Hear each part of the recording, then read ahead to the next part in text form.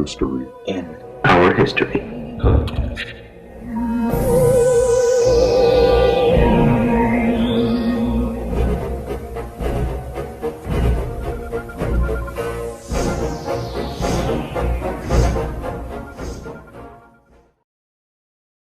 Flat Earth 2. You ready? Here we go.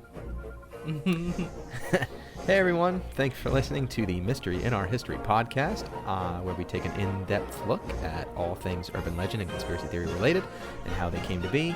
I'm J.R. Supa, that's Chris Berry, and here we go.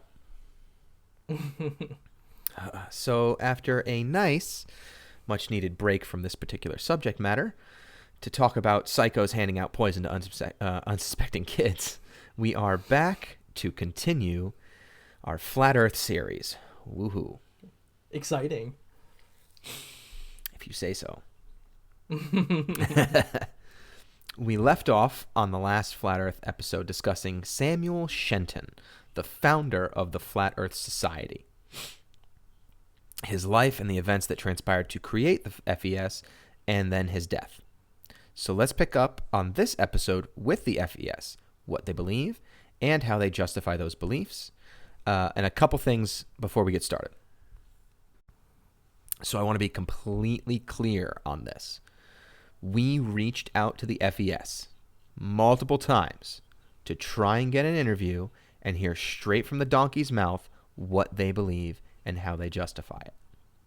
They ghosted us. Both times. Every time we reached out.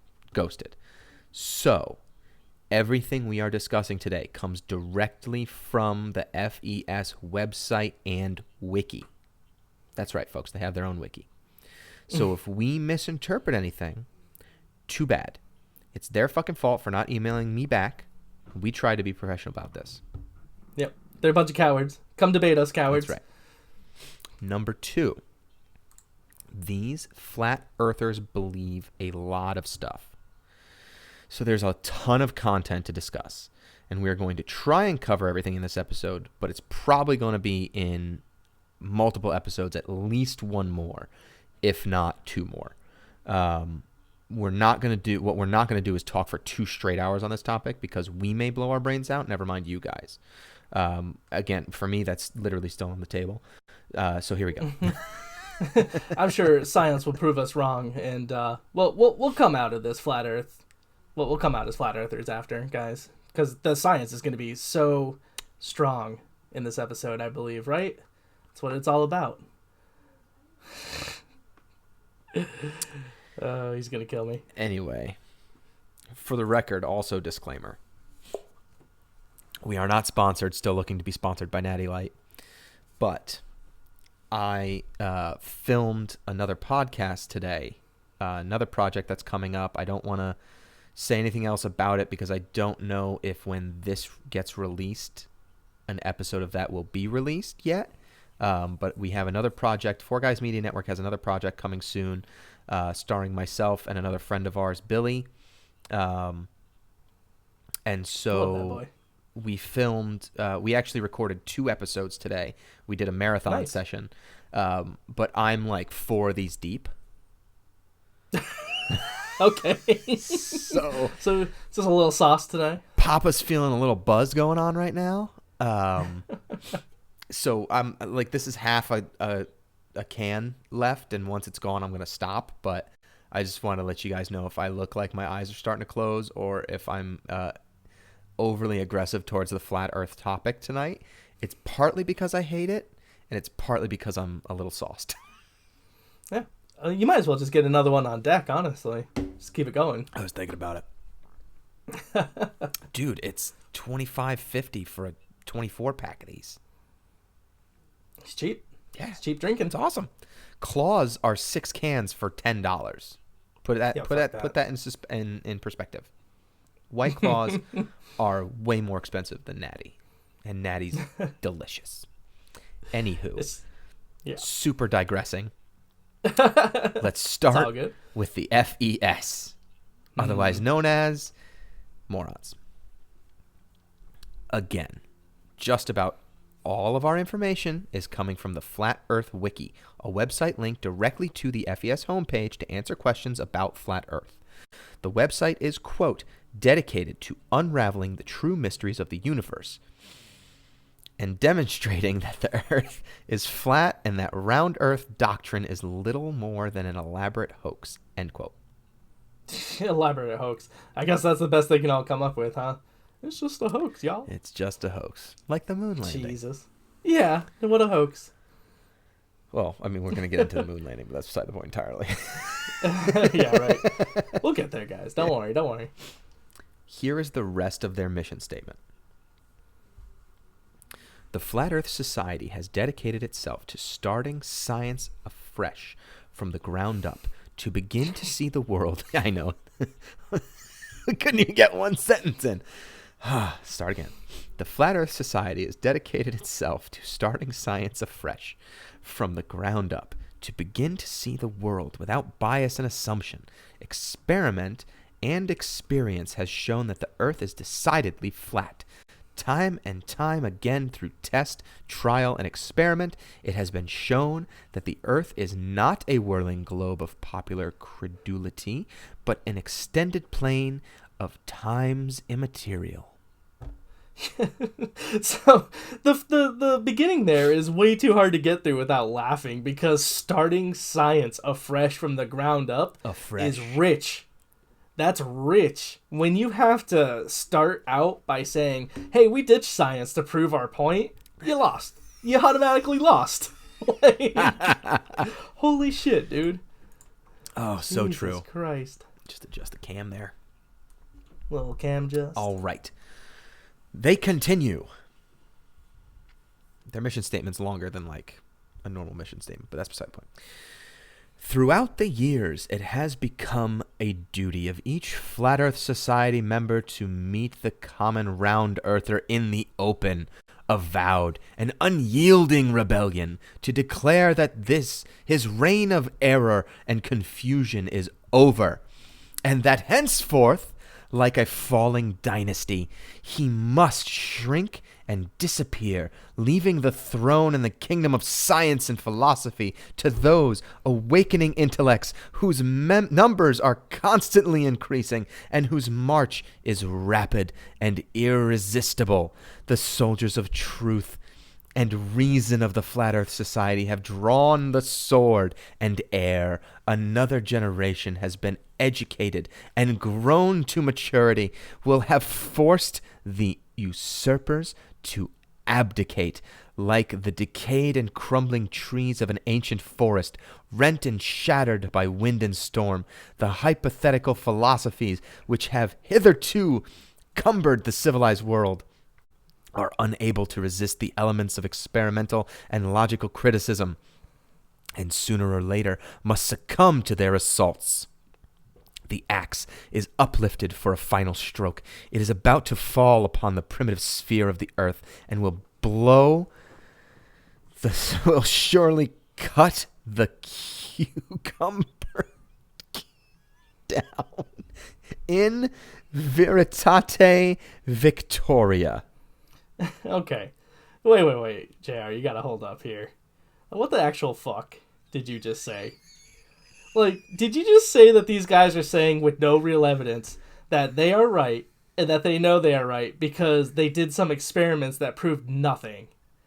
And then not only that, but since we believe in a round earth, we sit on a throne of lies, and they're here to liberate us and shine this bright light of truth in our dark, misguided lives. And yeah, it's like, oh, we'll let you peasants in on the secret of flat earth. Like, am I getting that correct so far? This is literally Scientology. This is L. Ron Hubbard. It's science fiction. These guys, it's so dramatic. And I will say that I fucked up the last line. It's actually, and the blow will surely cut the cumberer down, because we're cumbering society. Cucumber would have made just as much sense. I know. Though. Well, but that's the thing, is like, I literally, excuse me, I was laughing, and like the whole screen was blurred as I was reading it, so I just read cucumber. But you're right, cucumber would have made just as much sense. just as much sense with Cucumber. It's just ramblings of a madman. What the fuck? Oh my god. Little hydrate. Oh god. All right. That was crazy. Now, here's the funny thing. In veritate victoria, which literally means in truth victory. So they can't even get a Latin slogan right because Victoria in veritate sounds way better. But whatever, it's their mission statement. It's a stupid mission statement. I know. So far, I've seen better arguments for flat Earth on like conspiracy boards than really anywhere from their page. So, all right. Well, with their wiki and what they believe, we are going to just go down the line here, just as they have it listed. And if you want to see this stuff for yourself, we have a link posted in the description to their wiki. On YouTube, we will try to post all of the pics to the links that they have as we can, but they use a bunch, so we're not going to link them all in the description. But we will, however, post as many as we can as on the 4 Guys Media Network Instagram, which is at the number 4 Guys Media. Yeah, and come follow us because we need those hits. We need that growth, guys. But so that no, I Maddie mean will seriously, sponsor like us. if you're not, come follow us. Yeah. Also hit up mine. Follow Yeah. me too. I need that growth too. Absolutely. At Chris B OMG or at Chris B _ OMG. God, I don't even know my own Instagram. Yeah, I know. This isn't helpful. I'm on there somewhere. I'm It's tagged somewhere. everywhere. Don't worry. Just type in Chris Berry. Yeah. The first section is their experimental evidence. Yes. Experimental. Yes. Heavy quotes. They provide a number of links that are supposed to help prove flat Earth. So we followed each link, and this is where each one leads. Okay. Yep. Link number 1 is just a link to the next section in the wiki, so we will get into that next. Okay. Promising already. Great. Link number 2 is a link to the book The Cellular Cosmogony on a site called Sacred Text, so there's that.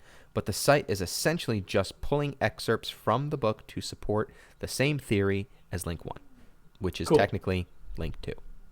So evidence 2 points back to evidence 1. Again, Yes. that's extremely promising. Yep. Link 3 was a link to a message board where Tom Bishop is conclusively demonstrating that the Earth is flat. Here is what he states. Man, like, real quick, message boards are so fun to dig around when looking at stuff like this, but it's never like solid stuff, It's just like crazy stuff, but it's fun. Yes. It is, and the funny thing is that like it's just this part of the message board. Mm-hmm. You know what I mean? So just like, one part of it, not it's even just like a right. full It's not the message board. whole message board. It's just this part of the message board. Sick. Here we go. I live along the California Monterey Bay. It is a relatively long bay that sits next to the Pacific Ocean. Thank you for the geography lesson. The exact distance between the extremes of Monterey Bay, Lovers Point in Pacific Grove, and Lighthouse State Beach in Santa Cruz is 33.4 statute miles. Yeah, Mr. Humblebrag over there. I live in a duplex, buddy. You can rub it in a little bit. Jesus. On a very clear and very chilly day, it is possible to see Lighthouse Beach from Lovers Point and vice versa. With a good telescope, laying down on the stomach at the edge of the shore on Lovers Point Beach 20 inches above the sea level, it is possible to see people at the water's edge on the adjacent beach 33 miles away near the lighthouse. Okay. The entire beach is visible down to the water splashing upon the shore. Upon looking into the telescope, I can see children running in and out of the water, splashing and playing. I can see people sunbathing at the shore and teenagers merrily throwing frisbees to one another. I can see runners jogging along the water's edge with their dogs.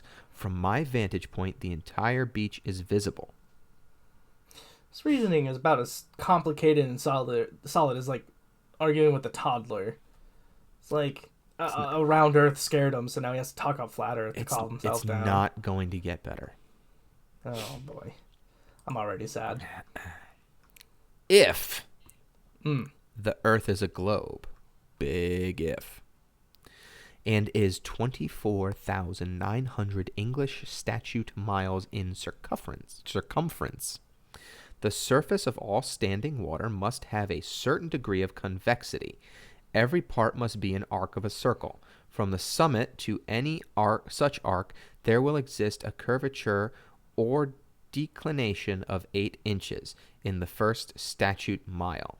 In the second mile, the fall will be 32 inches, the third mile 72 inches, or 6 feet, as shown in this chart. Ergo, looking at the opposite beach 30 miles away, there should be a bulge of water over 600 feet tall blocking my view, and there isn't. Yeah, okay, pal, but here's the thing, though. The light in my refrigerator turns on when I open the door. Just because I never see it go off doesn't mean oh, well, the light's always on when I'm using the fridge. Evidence suggests the light's always on no matter what the proof is. It's just taking something obvious to the naked eye and going, well, that's proof enough. Look no further into that. It's it's bad. But hey. It's so irritating. Hey. Mm-hmm. At least he gives us the math. Oh, Jesus Christ. Okay. Here's the math. Here we go. Here's the math. Oh, here's the math, guys.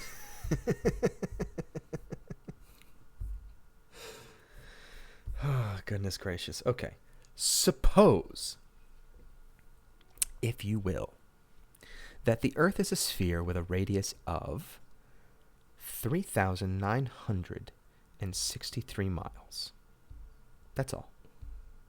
Okay. It's not a circle, not a globe. If you are at point P on the Earth's surface and move tangent to the surface a distance of 1 mile, then you can from a right-angled triangle as in the diagram. You can form a right-angled triangle as in the diagram. Now, for all of you listening on iTunes, good luck following this, but we will post everything to Instagram. For those of you watching on YouTube, these are going to be flying across your screen as we talk about them. Looking over a distance of 1 mile, we can use the theorem of Pythagoras, a squared equals 39,632 plus 12, which isn't a number, by the way, because he put the comma after the 3, so there's just an extra number. But anyway, plus 12, why 12? Don't know. Equals 15,705,370. And when we square root that figure, we get 3,963.000126 miles. What does that have to do with anything? I don't know. Thus, here we go. He's going to explain it. Thus, your position is 3,963.000126 minus 3,963, which equals 0.000126 miles above the surface of the Earth. How? But okay. 0.000126 miles equals 12 inches times 5,280 feet in a mile times 0.000126 miles equals 7.98 inches. Hence, after 1 mile, the Earth drops approximately 8 inches. Are you kidding me?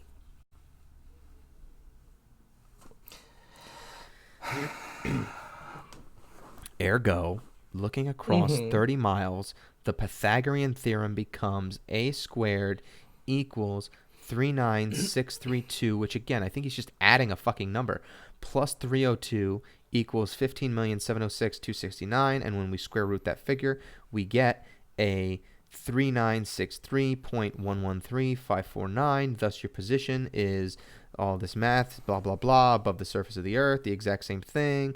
Hence, after 30 miles, the Earth drops approximately 600 feet.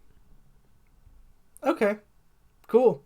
I'm not going to double check any of that and I'm just going to say sure. Because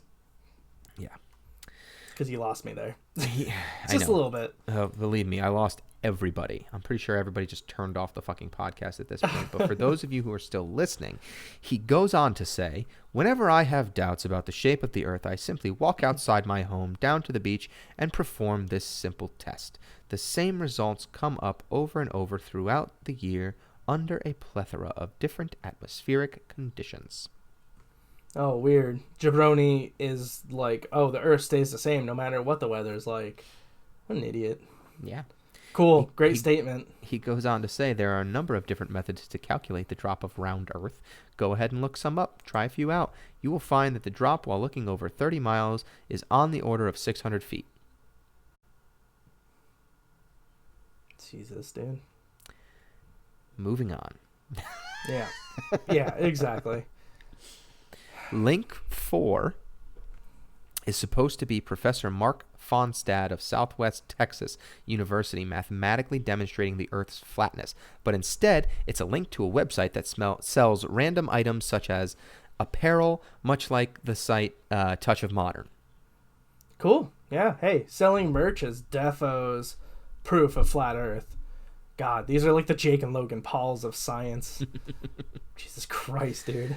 Link 5 discusses the further experiments which demonstrate a flat Earth in the book Zetetic Cosmology by Thomas Winship. The link, however, is just a link to buy the book, not an actual use of the book to support their claim.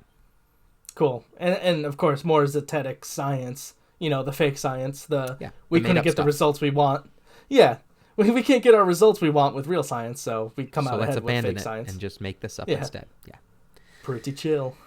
Link 6 is about a man who sparked a debate on Craigslist, of all places, and the funny thing is the link actually leads to a post on a Flat Earth forum talking about what they did on Craigslist, and then good old Tom Bishop decides that this is the only post on the page worth reading. Like Craigslist.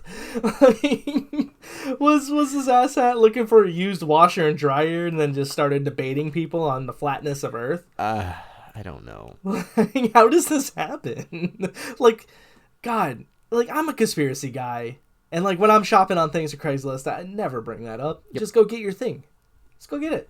Well, here's what Tom Bishop decided was the only important part of it. Okay. I've recreated the Bedford level experiment. I follow the tenets of Zetetic astronomy, and I have conducted my own experiment, or rather, I recreated the experiment that Samuel Rowbotham conducted in the mid-19th century, which provided evidence of a flat Earth. Remember, we discussed Rowbotham last episode. Yep. If you'd like more detail about the experiment, do a Wikipedia search for Bedford level experiment. But as a quick summary, if the Earth is a sphere which followed the mainstream model of gravity, a still body of water would have a measurable curvature. As an object travels away from you on the surface of the water, it should gradually sink until it eventually disappears below the horizon. The amount of drop would be predictable based on the presumed size of Earth's sphere. On a flat Earth, this curvature would not be present. So is this freak living in an alternate universe where this doesn't happen? Because it happens. It gets better. Long stretches of smooth, relatively still water are difficult to come by. Thankfully, there's a canal in Welney, England, which is quite still, very straight, and over 6 miles long. Over that 6 miles, a spherical Earth should produce a significant drop. But when I conducted the experiment, I did not observe a drop which was in any way consistent with a spherical Earth model. Whose spherical Earth model? Right. Because you guys are making up math. Right. Exactly. To be in the spherical Earth model. I'm sorry. I know you have a lot to say on this, so go ahead. Oh, I'm just going to say strap in. Because, look, I'm no scientist. And I also don't live or work on a dock or a shoreline. However, I did grow up with my dad being in the Navy. Now, when he would be deployed overseas or go out to sea for a few months, me and my mom would always go and see him off on the submarine. We'd watch them take off a dock and just basically sail off. I guess sail is not really the word, but anyway. I remember watching... Yeah, exactly. So I would remember watching the sub go out to sea and eventually disappear. And it didn't disappear at the horizon, as if the Earth was flat, it would always look like it sank into the ocean. Now I know it's easy to say like, oh yeah, it's a submarine, it sinks in the water, yada yada, and I'll give you that. However, being in that area, we also saw aircraft carriers, warships, all that kind of thing. Right. All those kind of boats that don't go underwater do the same exact thing. Also, I mean, have you ever seen something on like the horizon that looks like it's partially underwater that it shouldn't be? Like a building like across a channel. Obviously, it's not underwater. It's the Earth's curvature. You can't see the ground. I found a perfect example of that today. It's from, you're going to have to help me with this one. It's Alcott, New York. Is that correct? To Ontario? I believe, yes. Olcott, New York. Yeah, Olcott, New York. But basically, you can see the buildings over the horizon, but not the ground. And the thing that's upsetting with this flat Earth thing is the argument holds no water, no pun intended. It can all be explained. Pun so very intended. Right. It's just all this stuff can be explained with simple answers. Yeah.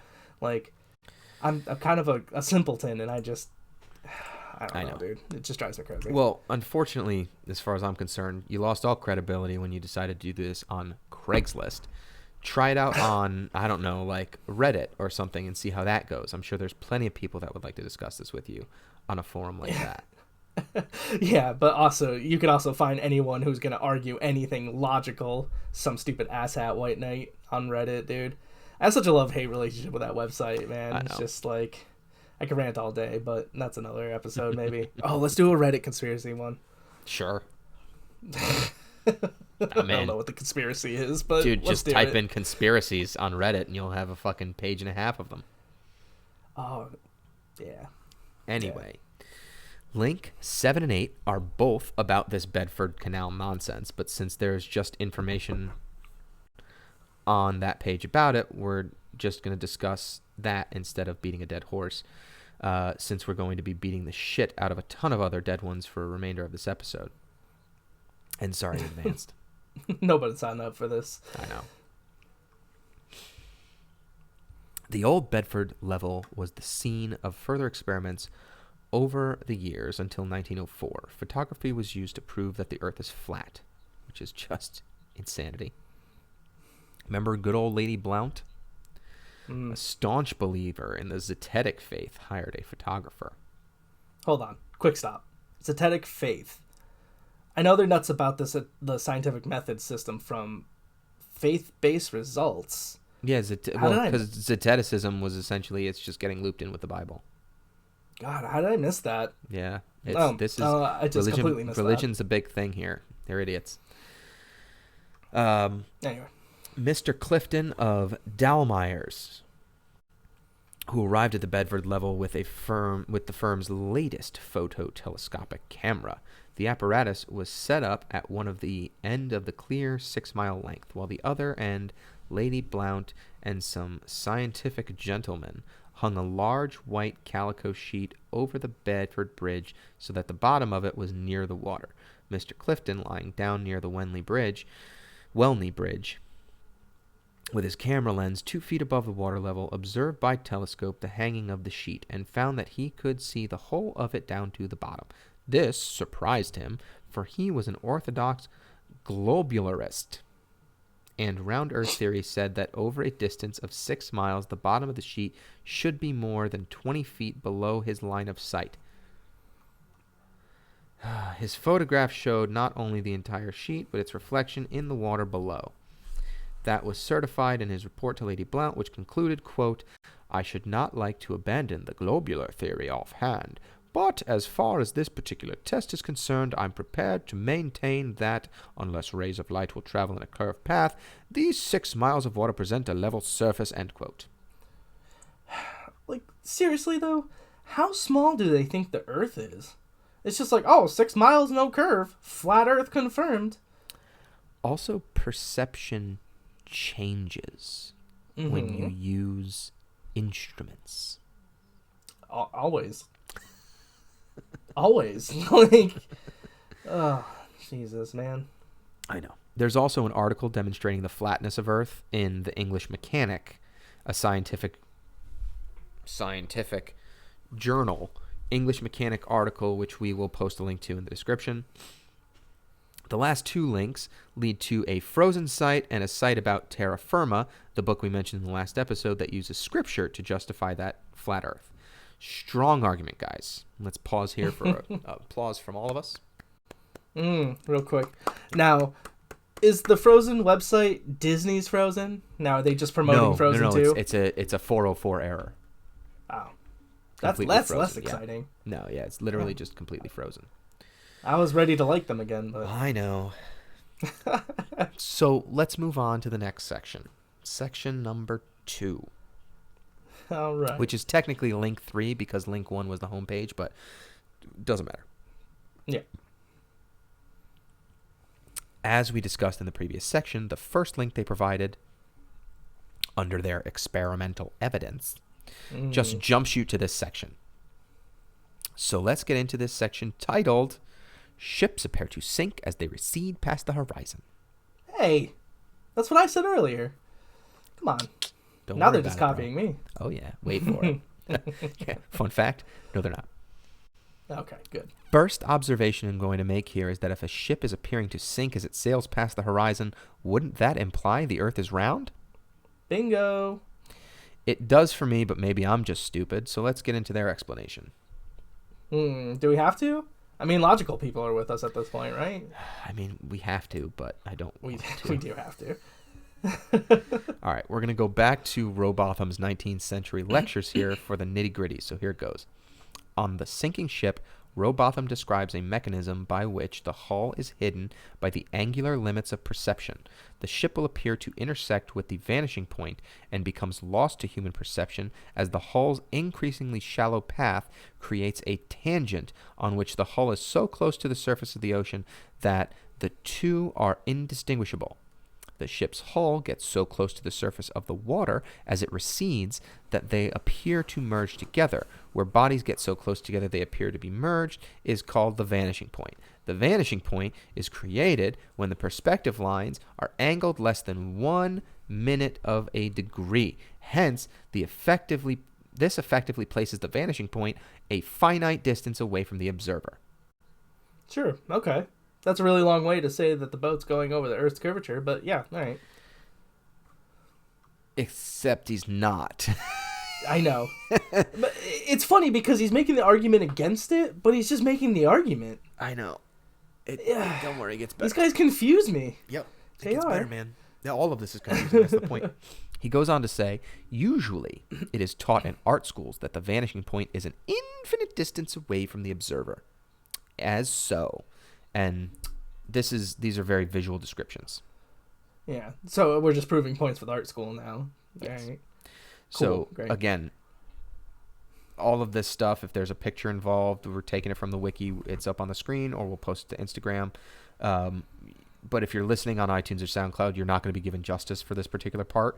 But you'll see Sorry, y'all. on the Number 4 Guys Media, at the Number 4 Guys Media Instagram page. As for the YouTube audience, the pictures are already going across the screen as I'm talking, so here's your vanishing point. Rowbotham goes on to say, however, since men cannot perceive infinity due to human limitations, the perspective lines are modified and placed a finite distance away from the observer as so. Here's the new illustration. Rowbotham continues, this finite distance to the vanishing point is what allows ships to shrink into the horizon and disappear as the hulls intersect with the vanishing point from the bottom up. As the boat recedes into the distance, its hull is gradually and perceptibly appearing closer and closer to the surface of the sea. At a far-off point, the hull of the ship is so close to the sea's surface that it's impossible for the observer to tell ocean from hull. What the fuck are you talking about? Who knows, dude? This guy is all over the place with this. Yes, but this brings us to the final illustration and this conclusion from Rowbotham. While the sails of the ship may be visible, while the hull is perceptibly merged, it's only a matter of time before it too shrinks into the vanishing point, which rests on the surface of the sea and becomes indiscernible from the surface. We know that this explanation is true because there are reports of half-sunken ships restored by looking at them through telescopes. Again, perception changes everything when you use Yeah. instruments. Anyway, Yeah. it has been found that the sinking ship effect is purely perceptual. I don't know why effect is in there twice. Either I'm an idiot or they're an idiot. I'm going with them. That a good telescope with sufficient zoom will change the observer's perspective and bring the ship's hull back in full view. This is not possible if the ship were really behind a, quote, hill of water, end quote. Hence, the effect which is usually thought to prove the Earth as a globe really proves it to be a plane. It's one of the first and primary proofs of a flat Earth. The fact that a telescope can restore a half-sunken ship demonstrates that the ship is not traveling behind a convex Earth. In the chapter Disappearance of Ships at Sea of the book Zetetic Cosmology by Thomas Winship, we read a number of accounts where the hulls of sunken ships have been restored by the aid of a telescope. I just loved Winship. Ship. I mean, this doesn't prove anything to me, though. Like, it's just... Nor will like, anything else we cover in this episode, but here we go. Man, because, like, here's the thing. Like, I've seen diagrams I know. places, not from these know. guys, I know. that just make me go, okay. Like, makes me think about it a little bit. Makes me go, oh, okay, yeah. These guys are just talking nonsense. Absolute drivel. And in circles. Oh, dude, it's driving me nuts. Anyway, But sorry. I will digress. say, like, here's where you might be thinking, well, if you have some more physical evidence of this, you might be able to open my mind up a little bit on the topic. Well, you're in luck, superfans. And by in luck, what I mean is all of the pictures of whatever was on that page next have been removed. Don't know why, because the FES never returned our emails, but all we can do is assume that the pictures, they were pictures of text or just pictures from the Zetetic Cosmology book that was alluded to. Yeah. Probably something was proven wrong. Is most likely the answer, so they just got rid of it. We're like, oh, don't look. My guess is you are 100% correct on that. They go on to say there are also accounts of restored hulls in the book Cellular Cosmology by Cyrus Teed, and further reading on the subject can be done in a book called Basic Perspective. But we aren't going into either of those because we've already spent too much time on this stupid topic. We have spent a lot of time on this really, really dumb topic. I know. Well, the best part is that those are just the first couple sections. Ugh. There are a lot of sections. So if you guys liked our episode on Antarctica, you're going to love the next section in this wiki called The Ice Wall. But since we've already been talking about this for about 35 minutes or so, Yeah. we're going to call it quits for this particular episode because these episodes are a lot to take in and we don't want to really go the full hour plus. So that's where we're going to pick up on the next episode. And we will try and hopefully get through most of the next episode, finish everything off. But my ultimate promise is that we're not going to make you listen to this for over an hour. So, if you have any urban legends or conspiracy theories that you think we should cover, feel free to email us at 4, the number 4, guys, Media Network. at gmail.com. Please make sure to subscribe and rate us on iTunes. Click the like and subscribe icons on YouTube on the 4 Guys Media Network page, or check us out on SoundCloud by searching MIOH Pod, all one word. Thanks for listening, and we will see you next time on the Mystery in Our History podcast. Bye. I always got your back. I almost threw up my mouth.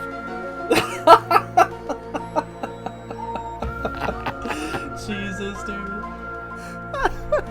You're leaving that in. Oh, absolutely. All of this is Good. in.